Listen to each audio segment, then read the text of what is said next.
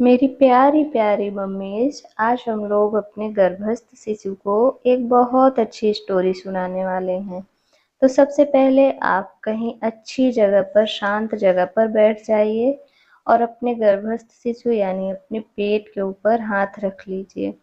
आंख बंद कर लीजिए और इमेजिन करिए कि आप बहुत अच्छी जगह पर किसी तीर्थ स्थान पर बैठी हुई हैं, जहाँ पर एकदम लाल रंग का सूर्य निकल रहा है, अच्छी ठंडी हवाएं चल रही हैं, आप बहुत अच्छी जगह पर बैठी हुई हैं। अब आप अपने शिशु से कहिए, मेरे प्यारे शिशु, आज हम लोग एक बहुत अच्छी सी स्टोरी सुनने वाले हैं। आप उसमें से सीखना। लास्ट में हम बात करेंगे कि हम लोगों ने इस स्टोरी से क्या सीखा। तो चलिए हम लोग स्टोरी शुरू करते हैं।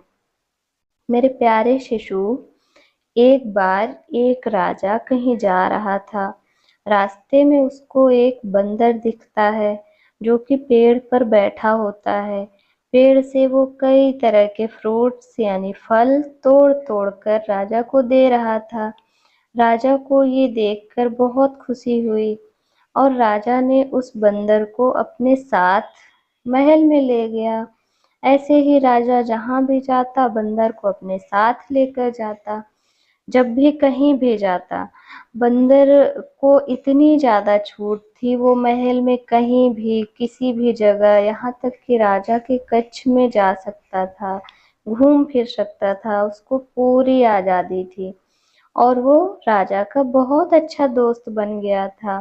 राजा उसे बहुत प्यार करता था। एक दिन क्या हुआ, राजा अपने महल में अपने कक्ष में सो रहा था। एक मक्खी आई और उसके नाक पर बैठ गई। जब मक्खी नाक पर बैठ गई तो बंदर ने आकर देखा कि एक मक्खी राजा के नाक पर बैठी है। तो बंदर ने उसको हटाने की कई बार कोशिश की। उसने एक बार हाथ से हटाया, दो बार हटाया, तीन बार हटाया, चार बार हटाया। वो बार बार मक्खी को हटाए जा रहा था और वो बार बार वापस आकर बैठ जा रही थी। इतने में बंदर को गुस्सा आ गया और बंदर ने राजा की तलवार उठा ली, जो कि वहीं पास में रखी थी। और उस तलवार से वो वेट करने लगा कि इस बार मक्खी आएगी तो मैं उसको मार दूंगा, ताकि वो मर जाए और दोबारा ना आए। तो ऐसा ही वो सोचने लगा और मक्खी फिर से वापस राजा के नाक पर आकर बैठ गई।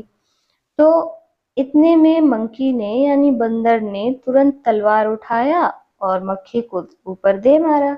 वो तो मक्खी थी, छोटी सी थी। मेरे प्यारे शिशु, हमको इस स्टोरी से सीखने को मिलता है कि हमको अगर किसी से भी दोस्ती करनी है, किसी से भी मित्रता करनी है, तो बहुत सोच समझ कर, बहुत सोच विचार कर करनी चाहिए। क्योंकि जो बंदर था वो एक मूर्ख था। मूर्ख से राजा ने दोस्ती की और उसकी नाक उसको गंवानी पड़ी। तो इस तरह से हम सीखते हैं कि कभी भी हमें दोस्ती बिना जांचे, बिना परखे नहीं करना चाहिए। जब भी आप किसी से दोस्ती करिए तो उसको अच्छे से जांच परख लीजिए। किसी मूर्ख इंसान से हमें दोस्ती बिल्कुल भी नहीं करनी, क्योंकि एक मूर्ख दोस्त से अच्छा हमारा एक दुश्मन होता है, जो हमारे सामने से आकर हमसे बताकर वो हमसे कोई भी झगड़ा करेगा या लड़ाई करेगा तो हमको पता होगा।